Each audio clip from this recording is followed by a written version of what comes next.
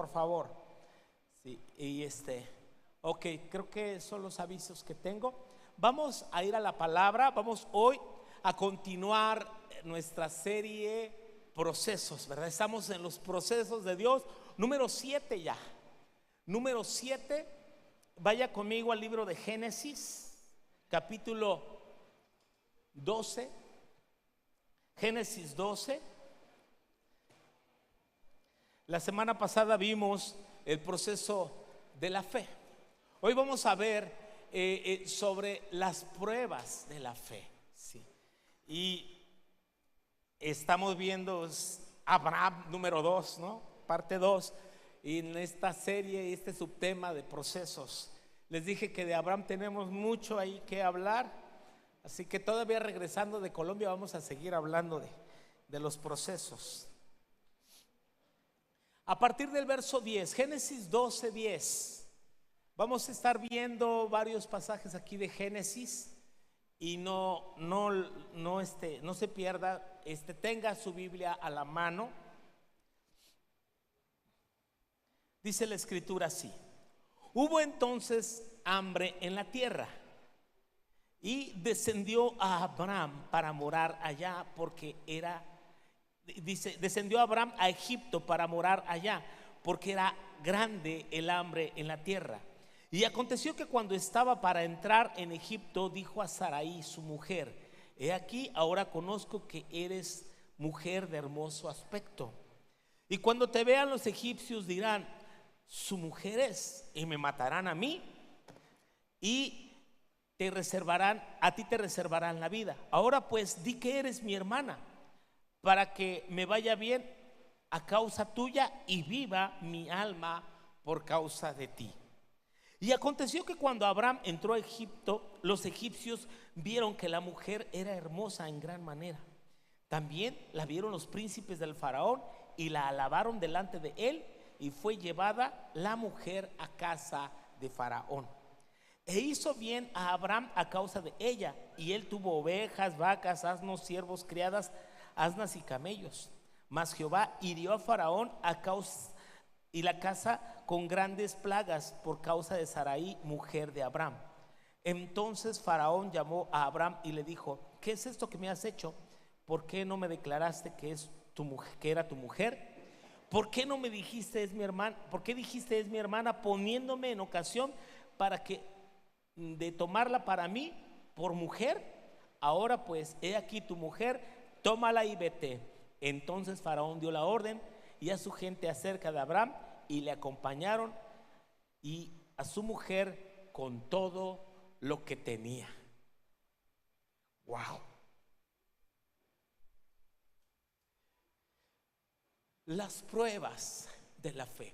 En este proceso, ¿verdad? Dios nos lleva en la vida y nos pone diferentes pruebas. Y cuando piensas que ya tienes la promesa y que tienes el juramento y tienes la bendición, Abraham salió obediente, creyendo en todas las promesas de Dios. Y ya estando en la tierra de Canaán, viene una hambre, viene un tiempo de hambruna. Y el hambre representan pruebas, representan dificultades, la escasez, la necesidad. Aunque Dios le ha dicho: te bendeciré, engrandeceré tu nombre y serás bendición. Y note eso, cuando Dios nos da promesas, lo más común que nosotros tendemos a pensar es que no, ya la hice. ¿Por qué? Porque Dios me habló. ¿Quién duda que Dios le habló a Abraham? A ver, yo creo que nadie, ¿verdad? Pero ¿sabe qué es lo primero que ocurre cuando Dios nos ha dado una palabra, Dios nos ha dado una promesa, y después de que tú obedeciste y estás haciendo lo que Dios quiere, te vienen pruebas? Entonces te viene la duda: ¿será que Dios me habló? ¿Será que Dios me llamó? ¿Será que no me habré equivocado? ¿No me habrá pasado lo que aquella persona que estando en el campo arando su tierra vio una señal en el cielo, que en las nubes se formaban dos letras, S y P, y de inmediato dijo: Dios me está hablando y me está diciendo: sirve, prepárate. El hombre vendió su tierra, vendió sus yuntas y todo eso, y se fue a prepararse para servir en el ministerio. Y ya estando allá en el ministerio, le iba mal al tipo, mal que le iba. Entonces viene con Dios y le reclama y le dice: Señor, ¿ves por qué yo estaba bien allá en el campo, pero tú me hablaste y me dijiste: sirve, prepárate? Y Dios le contesta: yo no dije sirve, prepárate. No, entonces ¿qué me dijiste? Te dije: siembra papas. SP. Y a veces tendemos a pensar: ¿no será que Dios me mandó a sembrar papas y yo ando queriendo ahí sembrar la palabra? Y nos entra la duda. Dios le dio promesas a Abraham, pero viene el hambre en la tierra. Entonces no se sorprenda. El apóstol Pedro les dijo a los creyentes de su tiempo: hermanos, no os sorprendáis cuando os halléis en diversas pruebas, cuando la prueba del fuego os sorprenda. Los justos también sufren. Otra cosa que tendemos a pensar es que porque nos vino una prueba significa que estamos haciendo mal. Nosotros tendemos a pensar eso, y también culpamos a otros de que lo que nos está pasando, o lo que está pasando, dice: seguramente ese hermano, seguramente el pastor algo tiene, por eso le está yendo así, por eso a fulanito le va como le va. No, algo tiene escondido, y viene la gente a querer hacer un juicio. ¿Sabe? Él ya está en la tierra. Entonces viene un hambre y Abraham desciende. Subraye la palabra desciende. Abraham descendió a la tierra de Egipto. Abraham descendió para Egipto. Y mira, siempre cuando vienen a Egipto se desciende, se va hacia abajo. En vez de avanzar, en vez de crecer, en vez de tomar el curso de la vida, lo que tiene que ser, se viene hacia abajo. Sí. Ahorita, dame permiso. Sí, ahorita podemos orar por ti. Los hermanos pueden orar por. Claro que sí, mi hijo. Sí, levanta tus manos, vamos a orar por ti. Señor, ¿cómo te llamas? Padre, bendecimos a Ismael. Cubre su vida, Señor, con la sangre de Jesús. Y declaramos, Señor, sobre él un milagro, Señor, de sanidad, de libertad y salvación. En el nombre de Jesús lo cubrimos con tu preciosa sangre. Señor, que aquellos que vienen a ti, Señor, puedan venir en libertad, en gracia y en favor. Por tu misericordia, por tu favor, manifiéstate que tú eres Dios, Señor, en los cielos y en la tierra. En el nombre precioso de Jesús. Amén. Vamos, continúe. Sí. Sí, no hay problema, siéntate. Ahí déjalo un ratito, si quieres estar allí, está bien, no hay problema. Ok, vamos a avanzar. Cuando vino la prueba, Abraham descendió a Egipto. Y descender significa retroceso. Siempre que se desciende hay un retroceso. Es como darle marcha atrás a la vida de fe. Nos gustaría, hermanos, que siempre las cosas avanzaran así, pum, pum, para arriba. Paso 1, paso 2, paso 3. Y decir nosotros: nos está yendo como decimos ahí, de maravilla, nos está yendo de lujo. No hay problemas y todo. Cuidado, siempre que hagamos la voluntad de Dios y siempre que estés formando parte del proceso que Dios está haciendo, entonces prepárate porque vienen pruebas, porque vienen dificultades, porque viene oposición. Pero usted no pierda el temor. Usted no pierda la fe, usted siga adelante y no se deje vencer por el temor, no se deje frenar. Ellos descendieron a Egipto, y ahí en Egipto, como ya descendió, Abraham está vulnerable. Siempre que retrocedemos y nos salimos del propósito y nos salimos de la estrategia de Dios para nosotros, ¿sabe qué sucede? Sucede que entonces estamos más vulnerables. Abraham entra en temor, y tú no te imaginas al padre de la fe diciéndole a su mujer, le dijo así, Abraham le dijo así: Sarai, no digas nada, no digas que eres mi esposa. Eso lo dijo Abraham, y también otro Abraham me dijo lo mismo. Me dijo, pastor, ustedes vieron a un niño que salió en TCD de Veracruz, se llama Abraham también, y Abraham me contó un secreto, y no lo puedo contar, nomás me dijo, iré, pastor. Entonces, ¿sabe? Él le dice, no digas que eres mi esposa. ¿Por qué? Porque tuvo temor. Él tuvo temor. El temor es contrario a la fe. Y entonces, en las pruebas de la fe, uno de los primeros enemigos que viene la escasez. Viene escasez porque vino hambre en la tierra. Entonces, esa hambre lo llevó a buscar por su propia cuenta. Lo llevó a buscar por sus propios planes, a su propia manera. Él quiso hacer las cosas a su manera.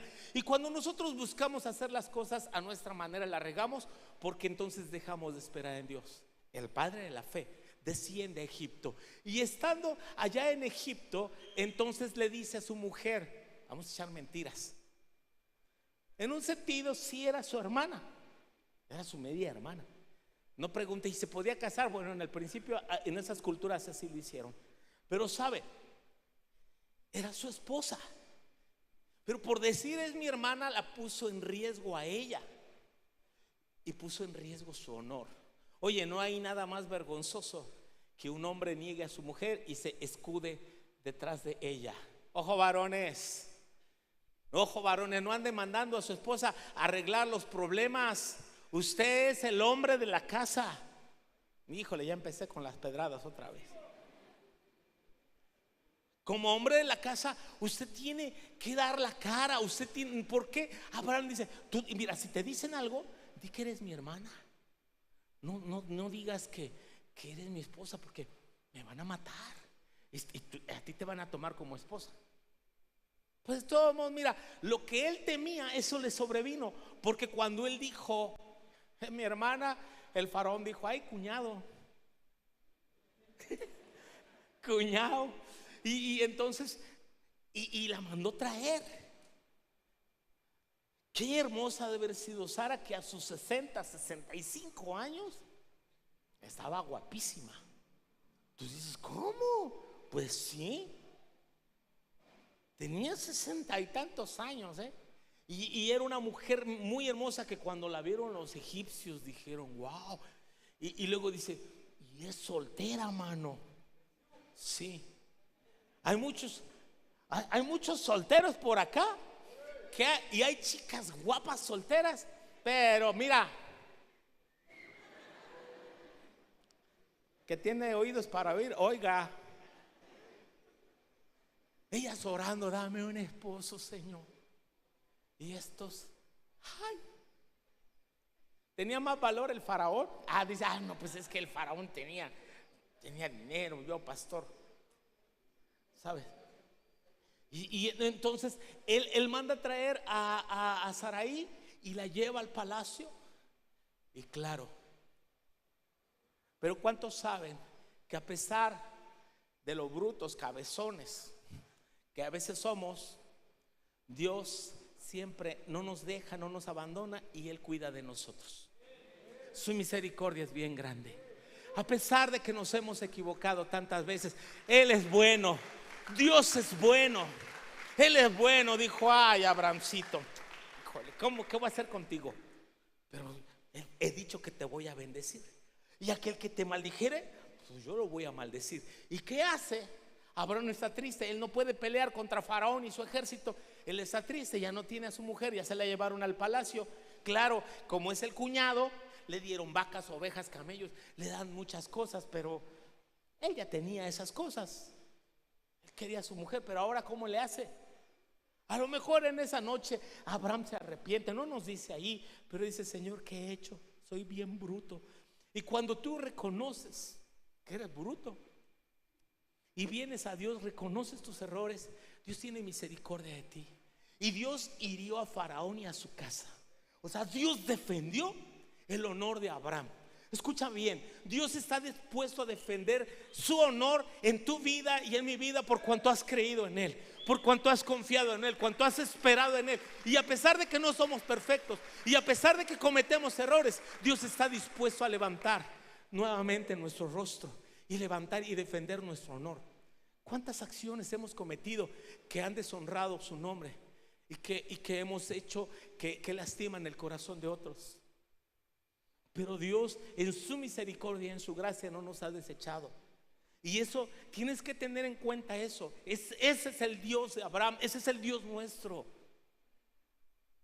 Muchas personas piensan que como ya se equivocaron una vez o dos veces, dicen: no, seguramente ya Dios no me va a perdonar. Y deciden abandonar su propósito y abandonar su llamado. Hay personas que en alguna ocasión de su vida, en algún momento de su vida, tropezaron, cayeron y ahí se quedaron. Y no se levantaron ni por tiempo. Hay personas que tienen años que no se han levantado de alguna caída, porque esa condenación no los deja y se sienten indignos. Pues el padre de la fe, no estamos hablando de cualquiera, estamos hablando del hombre más grande de fe en la Biblia, porque ese es el título, padre de la fe. O sea, el mero de la fe de los hombres en la Biblia está ahí, Abraham. Y Abraham la regó, no una, más veces. De hecho, ¿qué tenía que andar cargando con el sobrino? Ahorita vamos a llevar. Dios le dijo: deja tu tierra y deja tu parentela. Dejó a casi toda su parentela, pero se llevó a su sobrino con él, a Lot.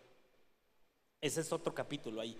Pero sabe, entonces estando él ya ahí en Egipto, él niega a su esposa y está pasando esa dificultad, pero Dios defiende el honor de Abraham, porque sabes, cuando Dios levanta a su pueblo, el que es glorificado es Dios mismo. Dios quiere glorificarse a través de tu vida. Dios quiere glorificarse a través de tus victorias. Dios quiere glorificarse a través de levantar tu vida para que cumplas sus sueños, su propósito, su deseo, a pesar de, porque Él sigue contando contigo. Él sigue contando con levantarte y con hacer de ti una gran nación. Levántate, vamos, levántate. Levántate si has caído, levántate si has tropezado, levántate si te has equivocado. Dios quiere usarte. Dios tiene aún sueños. Dios tiene cosas para cumplir en tu vida. No pienses, jamás pienses: Dios te desechó, porque Dios no desecha a nadie. Irrevocables son los dones, ¿sabes qué dice la Escritura? Y el llamamiento son irrevocables. No te dejes vencer. No renuncies a tu llamado, no renuncies a tu propósito. Así que Dios honra y defiende a Abraham. Sin embargo, nota el comienzo del capítulo 13. Había descendido. Entonces dice el 13, verso 1: subió pues a Abraham. Ándele, es eso. Ese es el proceso de levantarse. Subió pues Abraham de Egipto. Sí, él y su mujer y todo lo que tenía. ¿Sabes? Aún de sus errores Abraham salió con ganancia. El faraón le dio ovejas, vacas, camellos y un montón de cosas. Y no dice que lo devolvió, dice que salió de Egipto con todo lo que tenía. Dice: bueno, faraón, gracias por lo que me diste, pero ya me voy con mi mujer. Y salió con bendición. Escucha bien, que aunque había hambre en la tierra, él desciende a Egipto, él se equivoca, Dios lo defiende y sabes, y Abraham sale con ganancias, porque después de esa caída que has tenido, después de esa pérdida, Dios te va a levantar para tener mucho más que lo que tenías antes. Esa es la promesa, que después que has perdido, después que has caído, pero Dios, cuando Dios te levanta, Él te hará recuperar todo lo que tú tenías y mucho más. Sí, esa es su bendición. Él salió con todo lo que tenía y dice, mira la Escritura, el verso 2, aleluyita. Y Abraham era riquísimo, ahora más, en ganado, en plata y en oro. Y volvió por sus jornadas desde el Negev hasta Betel.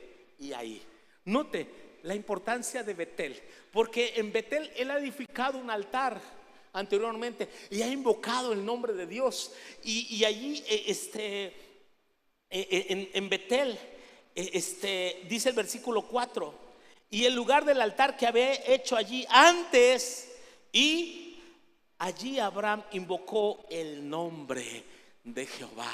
En Betel. Betel significa casa de Dios. Casa de Dios. ¿Y sabes cuándo se convierte en una casa? Cuando tú conviertes ese lugar en un lugar de encuentro, donde tú levantas un altar. ¿Y sabes por qué se llama altar? Porque Dios es el Altísimo, y a Dios siempre se sube, nunca se baja. A Dios siempre se sube, y siempre que vas a ver a Abraham o a otros hombres de la Biblia subiendo a la casa de Dios, a Jerusalén, se ascendía. Jerusalén estaba en un monte, en el monte de Sión. Entonces ahí se ascendía a la presencia de Dios. A la presencia de Dios siempre se sube, se le ofrecen altares porque Él es el Altísimo, y ahí se invoca su nombre, y es el lugar donde se reafirman las promesas. Es el lugar donde tienes que arreglar las cosas. Entonces, ya estando allí, entonces Abraham tiene que hacer un pendiente que tenía. ¿Quién? Ese sobrino que se les pegó como chicle desde que salió de Harán. Entonces allá tiene que separarse de su sobrino. Ambos tenían muchísimo ganado, ovejas y vacas, y la tierra era insuficiente para poder habitar juntos. Además que ya había diferencias o dificultades entre los pastores de Abraham y los pastores de Lot, y sabes, se peleaban quizás el agua, los pastos, y no que esa oveja es mía, no que la otra del cuerno chueco es tuya, y andaban ahí peleando, y sabes qué, vamos a separarnos. Siempre Dios diseñó, oiga bien, siempre Dios diseñó que cada familia viviera en su propia casa. Eso dicho sea de paso para aquellos que les gusta vivir con mami o con la suegra. Sí, sí. Un principio de Dios es la separación, la independencia. Y Dios le había dicho: deja tu casa, deja tu parentela, y él lleva a su sobrino. ¿Sabe? Siempre es bonito, es maravilloso habitar en familia, convivir en familia, pero vivir siempre juntos. Imagínense dos señoras en la misma cocina. Un día dirá: bueno, sí, comadrita, pero después: no, comadrita, así no queda bien, no, que yo lo hago. Cada quien tiene sus modos.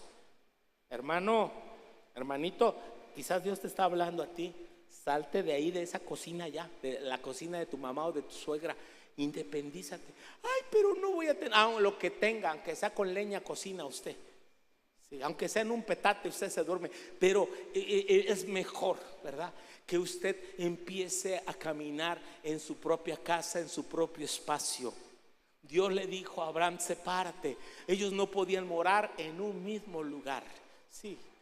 Así que ellos empezaron los problemas con los pastores. Pero imagínate después ahí los chismes de las comadres, y luego vienen los hijos y vienen los nietos de uno y de otro. No, hermanos. Es mejor cuando nos vemos juntos, ¿no? En alguna fiesta, en alguna reunión familiar, gloria a Dios, y después de esto cada quien a su casita. Sí. Lot alzó sus ojos y dijo: no, pues él vio el valle de Sodoma en el versículo 10, y que eran y estaba la llanura del Jordán, y era zona de riego, y dijo: de aquí soy. Se ve como que incluso hasta más aprovechado ese Lot. Él vio todo, y antes de que Dios destruyese a Sodoma y a Gomorra. Pero nos dice el versículo 13, ¿sí? Ahí se establece Lot, y el 13 dice: mas los hombres de Sodoma, dice, eran malos y pecadores contra Jehová en gran manera. Así que se separaron, y nos deja ahí a Lot como que en pausa. Y el verso 14 nos vuelve a Abraham y nos dice: dijo Jehová a Abraham, después que Lot se apartó de él. Mira, no hay instrucciones de parte de Dios sino hasta que obedecemos. No hay instrucciones de parte de Dios sino hasta que ponemos por obra aquello que Dios nos manda a hacer. Entonces, una vez que ellos ya se separan, Dios le dice a Abraham en el versículo 14, le dijo: después que los apartó, alza tus ojos y mira este lugar donde estás al norte, y al sur y al oriente y al occidente, porque toda la tierra, di conmigo, toda la tierra que ves, la daré a ti y a tu descendencia para siempre.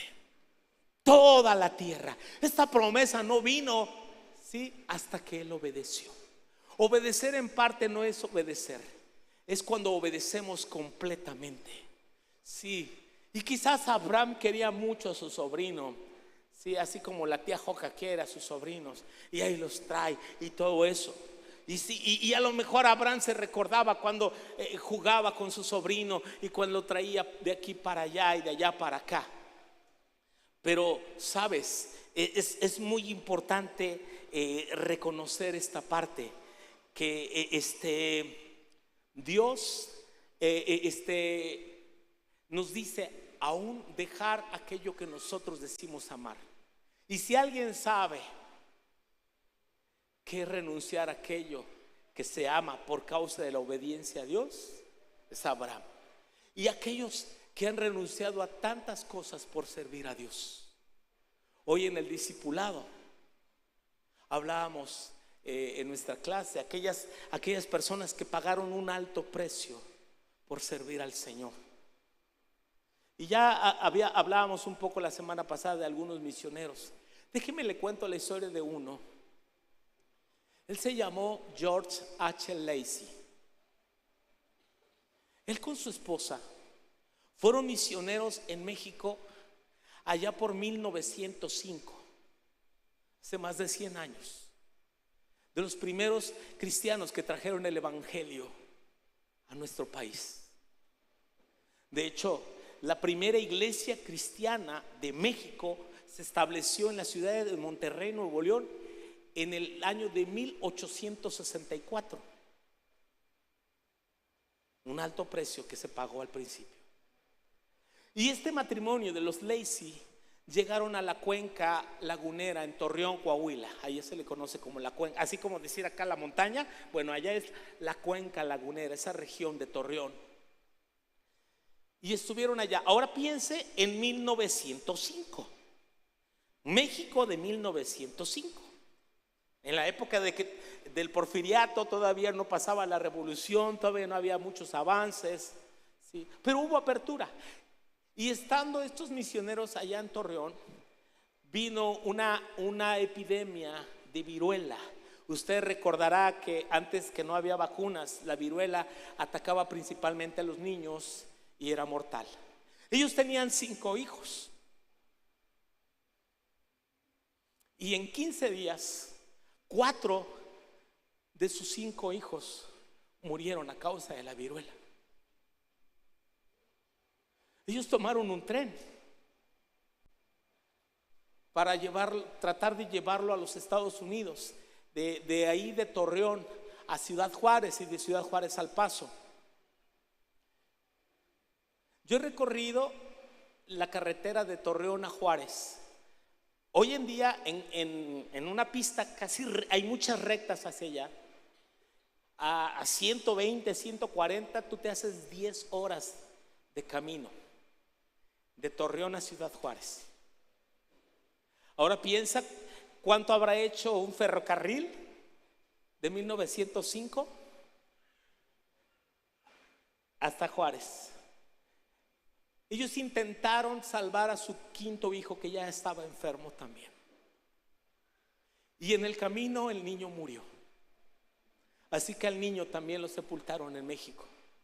Pero como ya estaban cerca de la frontera, ellos cruzaron a Texas para pasar unos días con sus familiares. Y estando ya en Texas, su familia les dijo a los Lacey: ¿para qué regresan a México? En México han sepultado a sus 5 hijos. A lo que ellos valientemente contestaron: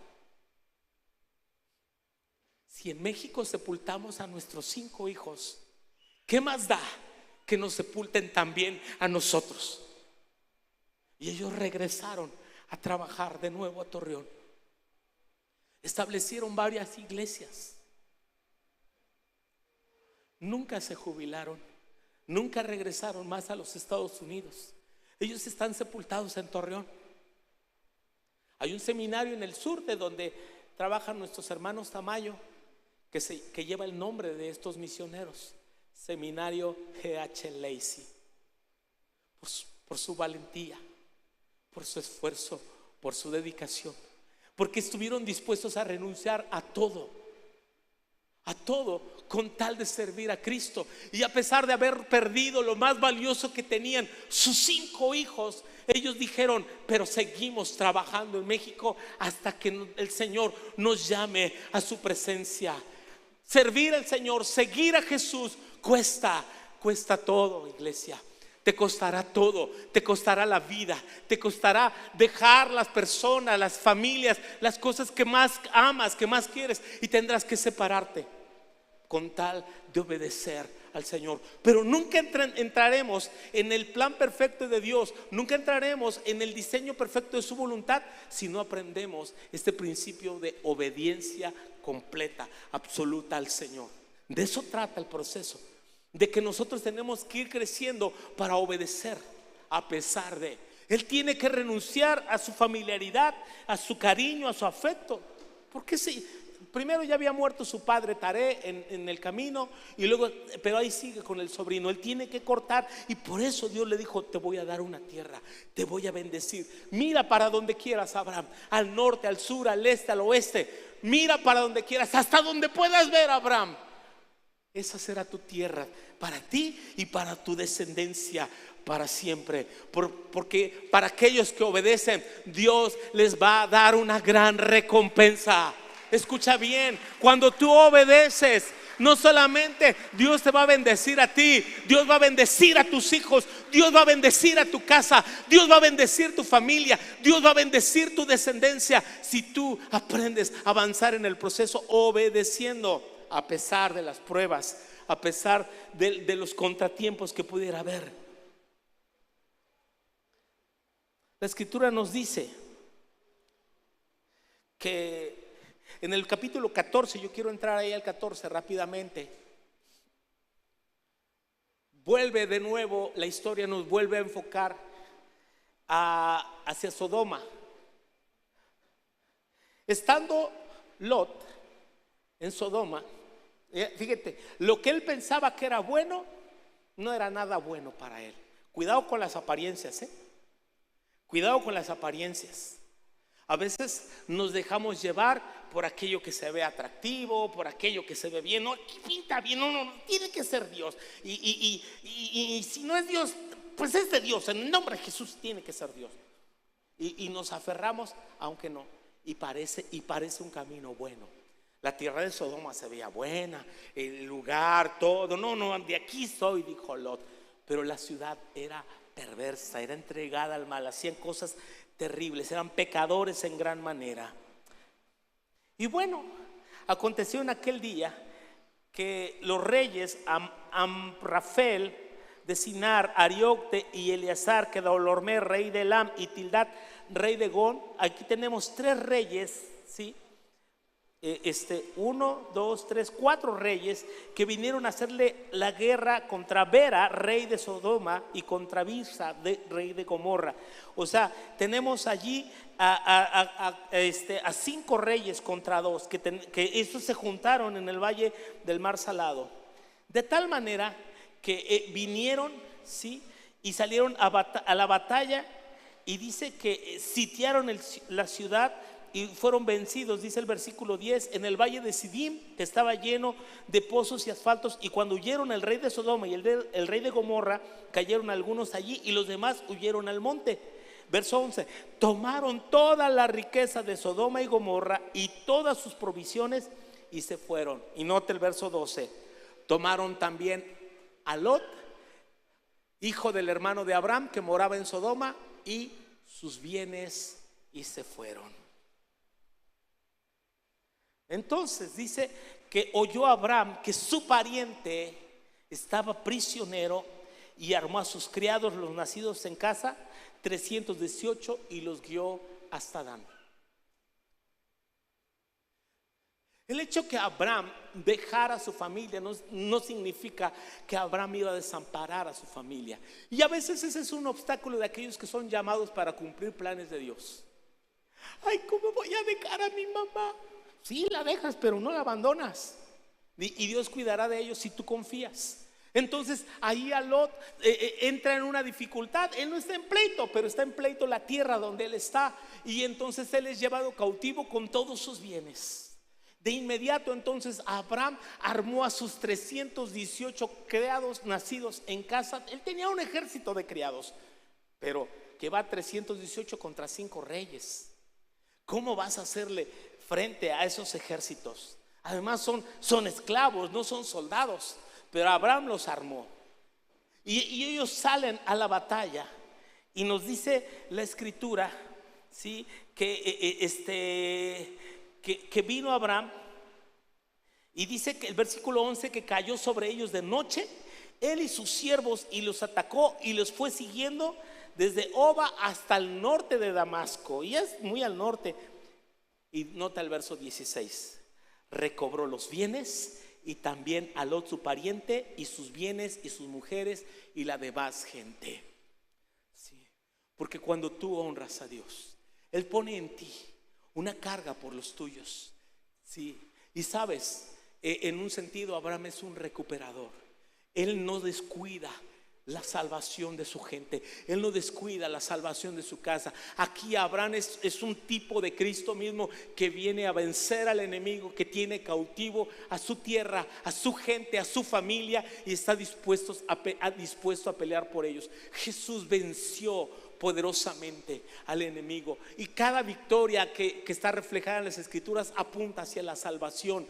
Sí, hay un sobrino, hay un pariente cautivo que necesita ser rescatado. En el libro de Ruth, el mensaje, ¿sabes qué de Ruth? El mensaje, la palabra central del libro de Ruth es Goel, y Goel significa redentor, y redentor significa el que rescata, ¿sí? Aquel que libera. Y Abraham es un redentor para Lot. Abraham está dispuesto a pelear, y contra todo pronóstico, con 318 él venció. Mira, antes de que se hiciera esa película de los 300, de Leonidas y sus guerreros, ¿sabes? Ya hubo antes alguien mucho más valiente, que con su fe, que con su determinación, que basado en las promesas de Dios, sí, él recuperó todo lo que había sido tomado por aquellos reyes, porque Dios estaba con él. Escúchalo, cuando haces lo correcto, Él te va a ayudar, Él te va a guiar para recuperar todo lo que el enemigo ha tomado de tu casa. No podemos dejar a merced del enemigo nuestros parientes y familiares. Oiga bien eso, Eso es algo que tenemos que tener presente.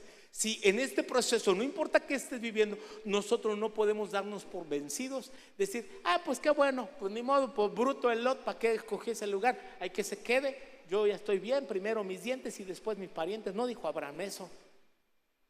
Abraham dijo, yo no puedo dejar que mi sobrino, que mi pariente, aunque ya no vive conmigo, sí, esté siendo cautivo. ¿Y por qué tú dejas que el enemigo siga teniendo cautivo a los tuyos, a los que amas? ¿Amas a tu familia? ¿Amas a tu casa? ¿Sí? Pelea por ellos, lucha por ellos. No te dejes desmayar, no renuncies a que dices, pues ya ni modo, yo ya le hablé. Es que ya le hablé, pastor. No quiere, es bruto, es cabezón. No, como usted dijo, no. Usted pelee por él. Levántese a ayunar, levántese en las madrugadas, ore por él, clame por él. No podemos dejar que el enemigo siga teniendo cautivos a los que nosotros amamos. Sí, el hecho de que ya nos hayamos separado no significa que no nos interesan, que no nos importan. Abraham nos demuestra eso. Sí, el padre de la fe, en las cosas buenas podemos ver y que Dios está con él. Así que Abraham, mira, cuando Abraham empieza a caminar en el rumbo correcto, recibe promesas. Y él regresó, el capítulo 14, una de las cosas más trascendentes en la vida de Abraham es su encuentro con Melquisedec. ¿Me quieres ayudar, Chente? Es su encuentro con Melquisedec. ¿Cuál era el pasaje que me enseñabas, Felipe, hace ratito?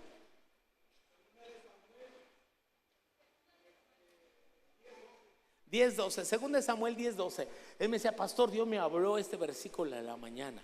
Y mire, yo creo que tiene relación con esto. Fíjate, esfuérzate y esforcémonos por nuestro pueblo y por las ciudades de nuestro Dios, y haga Jehová el bien que le pareciere. Dile que está a tu lado, esfuérzate y esforcémonos. Es como decir, tú también, esfuérzate y esforcémonos. Mire, hermano, hermana, no le deje la carga a unos cuantos. Esfuérzate. A ver, repita conmigo otra vez eso. Esfuérzate y esforcémonos. No nada más es, ay, sí, yo creo que algunos van a ayunar, pastor, pero no cuente conmigo. No. A rajarse a su pueblo, ¿qué? ¿Sabe? Esfuérzate y esforcémonos. La tarea es de todos. Esfuérzate y esforcémonos. No es lo mismo que uno puede hacer huir a 1000, dice la Escritura, pero 2 puedan hacer huir a 10,000. ¿Cómo no a 2,000? No, a 10,000, dice así en Deuteronomio. Uno puede hacer huir a 1000, pero 2 a 10,000. El poder de la sinergia. Una sinergia espiritual. Imagínense si 100, si 200 personas nos ponemos a orar y ayunar estos días para la salvación de nuestra tierra, de nuestra ciudad. Que cese la violencia, que cese la maldad, que cese la corrupción en nuestra nación. Que Dios bendiga los proyectos que vienen a futuro. Si usted supiera las cosas que Dios está para hacer en esta ciudad. Pero ¿sabe qué requiere? De tu esfuerzo y de mi esfuerzo. Hay muchas cosas que Dios va a hacer, pero Dios está contando contigo. No es heme aquí, pero envíalo a Él. Yo no tengo ningún problema, hermanos. Ya mis hijos están grandes. Yo no tengo ningún problema el día que Dios me diga, ¿sabes qué? Deja aquí a los hermanos que no quieren hacer caso y vete para allá, a la tierra que yo te mostraré.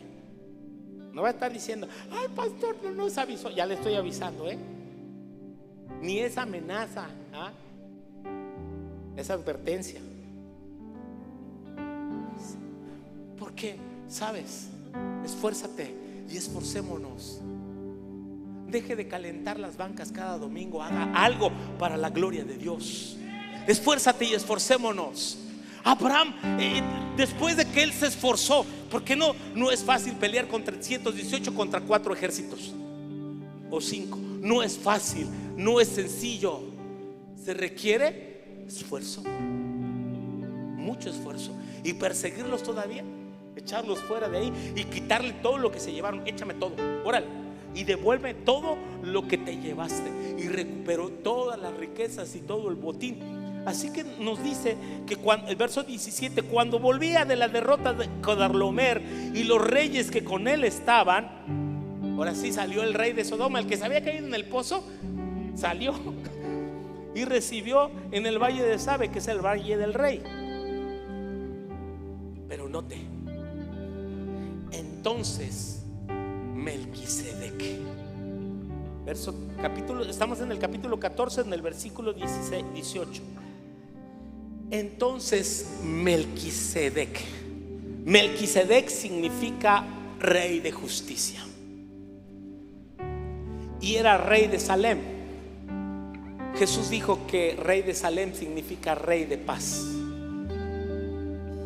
el rey de la justicia. ¿Quieres que Dios te haga justicia? Haz lo justo. Y no es justo que otros estén prisioneros y nosotros bien a gusto en casa comiendo nuestros frijolitos con tortillitas a gusto allá. No es justo que otros estén al frente de la batalla y nosotros durmiendo. No es justo que otros estén orando, unos cuantos, 5 o 6 orando entre semana, y los otros bien, gracias a Dios. Te estoy diciendo a ti, Juan, para que me escuches, Pedro.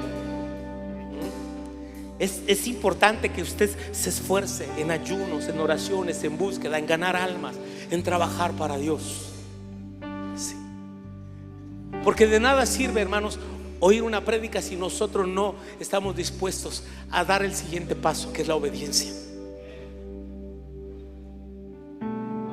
El Rey de justicia le salió el encuentro por cuanto hizo justicia, y también el Rey de paz por cuanto había vencido a los enemigos. Porque después de toda crisis viene una bendición, así como cuando aquella tempestad se levantó en el mar y vino una gran calma, una grande bonanza. Porque después de las crisis, porque después de las luchas, viene la calma, viene la paz. Y déjeme decirle algo de Melquisedec, si usted no lo sabía. Según el autor de Hebreos, Melquisedec, sí, no tiene padre, ni madre, ni genealogía, ni fin de días. ¿Cómo? A ver, explíqueme eso, pastor. Melquisedec no tiene padre, no tiene madre, no tiene genealogía, ni fin de días. Por favor, ¿quién es el único que reúne esas características? Dios mismo. Es un personaje misterioso que de repente le sale al encuentro a Abraham. Y por supuesto, el menor es bendecido por el mayor, dice Hebreos. Ese Melquisedec, Rey de justicia y también Rey de paz, le sale al encuentro. Y nota, la primera vez que aparece en el versículo 20 esta palabra, dice que, bueno, desde el versículo 18 vamos a leer. Entonces Melquisedec, rey de Salem, sacerdote del Dios Altísimo, sacó pan y vino y le bendijo diciendo: bendito sea Abraham, Dios del Dios Altísimo, creador de los cielos y de la tierra, y bendito sea el Dios Altísimo que entregó a tus enemigos en tu mano. No fue la habilidad de Abraham, fue Dios quien le entregó a sus enemigos en su mano. Y nota que dice: y le dio a Abraham los diezmos de todo. Que Abraham tomó el botín y sacó los diezmos y los entregó a Melquisedec en reconocimiento, en gratitud, en honra por la victoria que le había sido dada. Los diezmos en la Biblia no son del Antiguo Testamento, no son de la ley, perdón. Los diezmos en la Biblia son 450 años antes de la ley. Los diezmos, sí, es una expresión de reconocimiento y de gratitud por lo que Dios había hecho a Abraham.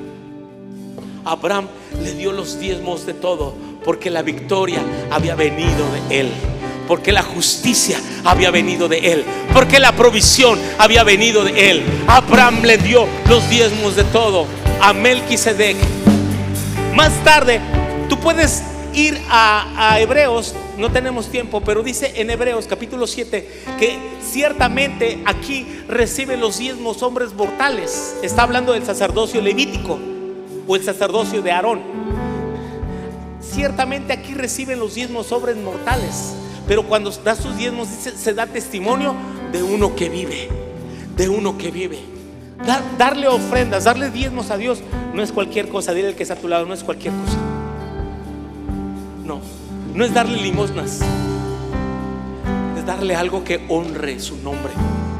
Es un acto de reconocimiento, es un acto de adoración. Y solamente la gente con entendimiento lo hace así, en esa honra. Y cuando Abraham le dio los diezmos de todo, dice que Melquisedec le había dado, primero lo bendijo y le dio pan y vino. Abraham le da todo eso. Y sabes, en Abraham estaba diezmando Aarón, que era descendiente de Abraham, de la tribu de Leví. Y de Aarón vinieron todos los sacerdotes los sacerdotes descendientes de Aarón, de esa tribu, que más tarde recibirían los diezmos de las 12 tribus. Aquí ni existían las 12 tribus. Estamos en Abraham. Después viene Isaac y después Jacob, y de Jacob se convierte en Israel y las 12 tribus. 430 años antes de la ley, el patriarca está dando los diezmos de todo. Y en Abraham, el mismo Leví que estaba en sus lomos, dice la escritura, está reconociendo a Dios. Sí.